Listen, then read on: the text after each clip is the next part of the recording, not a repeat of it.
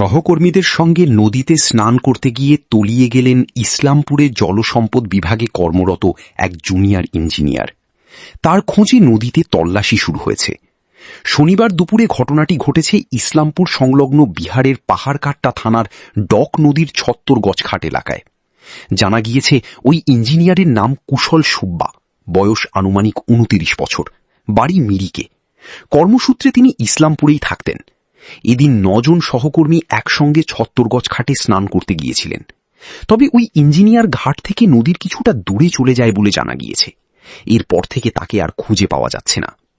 খবর পেয়ে বিহার পুলিশ সহ কয়েকজন ইঞ্জিনিয়ারের পরিবারের লোকজন ঘটনাস্থলে পৌঁছায়। খবর দেওয়া হয়েছে বিহারের এনডিআরএফ টিমকে, কিন্তু তারা ঘটনাস্থলে পৌঁছানোর আগেই স্থানীয় কিছু ডুবুরি ওই ইঞ্জিনিয়ারের সন্ধানে নদীতে খোঁজ শুরু করে। তবে প্রতিবেদন প্রকাশ করা পর্যন্ত তার কোনো খোঁজ পাওয়া যায়নি।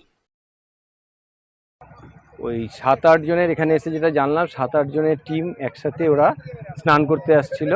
তার মধ্যে একজন ছেলে সে মিসিং। তারা এই যারা এসেছিল তারা সবাই জুনিয়র ইঞ্জিনিয়ারিংয়ে চাকরি করে ইসলামপুরের জলসম্পদ বিভাগে। তার মধ্যে কুশল সুব্বা ছেলেটির নাম, যার বাড়ি বলছে মিরিক, আনুমানিক বয়স 29। ও জলে নেমে ওকে আর খুঁজে পাওয়া যাচ্ছে না। এখন তল্লাশি অভিযান শুরু হয়েছে, বিভিন্ন এনডিআরএফকে জানিয়েছে বিহারের। যেহেতু এটা ইসলামপুরের মধ্যে না, ফলে যা হয় ইসলামপুর থেকেই সবাই এসছে, কিন্তু এখানে যতক্ষণ না বিহার অ্যালাউ করছে কাজটা শুরু হচ্ছে। কোন ঘাট এটা? এটা আজমেরি ঘাট বলছে।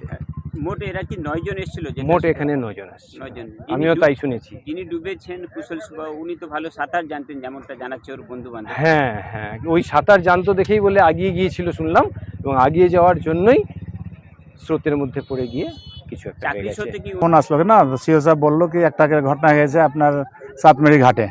ইসলামপুর থেকে ওখানে আসছিল চান করতে, আর আসার পরেই ডুবে মারা গেছে। তো লাশ এখন তক পাওয়া যায়নি। তো মারা গেছে নাকি এখনো খুঁজে পাওয়া যায়নি? খুঁজে পাওয়া যায়নি। ঠিক। এনডিআরএফ এর টিম এসছে? এনডিআরএফ এর টিমে কি সূচনা করা গেছে, আসতেছে, থানা পরভারি আসছে পাহাড়কাটা থেকে। কিভাবে হলো সেটা কি জানা গেছে?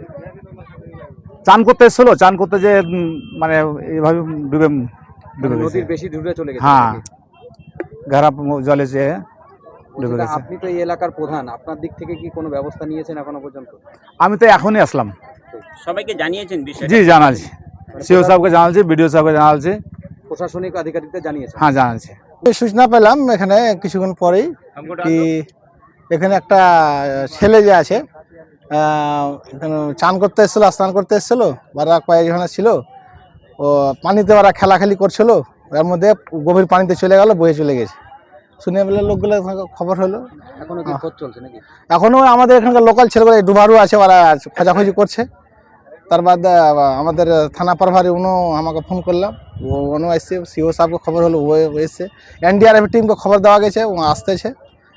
তো এখানে প্রায় দেখা যায় কি আপনার বাঙ্গাল থেকে আরও অনেক এলাকার লোক এখানে ঘুরতে আসে, চান করে, ফটো ফাটা করে, ভালো আনন্দ লাগে, সেটা কোনো দিক্কত না, করছে, ভালো লাগছে দেখতে, ঘুমার জায়গা। আসুক, ঘুমুক, লেকিন একটু গভীর, এখন বর্ষাতের দিন, পানি বেড়ে আছে, পানির আইডিয়া পাওয়া যাবে না, ভিতরে যেতে হবে না। যতক্ষণ বা যতটুকু আমার ব্যবস্থা আছে অতটুকু করে চান করে, ঘুমেক, না স্নান করুক, ভালো। কিন্তু ওইদিকে গভীর পানিতে যেতে হবে না, এই চিজটার খেয়াল রাখতে হয় আমাদের ইউবাদেরকে খাস করে। আর আজকালকার ইউবাদের তো হেলতে তাইরতে তো জানে না বেশি। আমরা এইগুলো নদীর পাশে আমরা হেলে নেবো, কিন্তু যে বাজারের ছেলে আসছে ওরা তাইরতে আর জানে না। এই জন্য যে গভীর পানিতে গেলে ডুবে যায়, কিছু ঘটনা ঘটে যায়। এর আগে কিছু কয়েক সাল আগে আবার একটা ইরানিগুলো এরকম ডুবে ছিল আগে সামনে বলদিঘাটা ঘাটে। তো এগুলা একটু যারা আসছে ওদেরকে আমি একটা চেতাবনী দিছি যে আপনারা আসেন, ভালো করে দেখাশোনা করে, এখানে লোকাল ছেলেগুলোকে সাথে নিয়ে, এখানে যে লোকাল ছেলেগুলো আছে ওরাকে সাথে নিয়ে, কোথায় পানি বেশি আছে, কোথায় কী আছে ওরা জানে, ওগুলোকে নিয়ে ওরাকে স্নান করে ঘুমেন।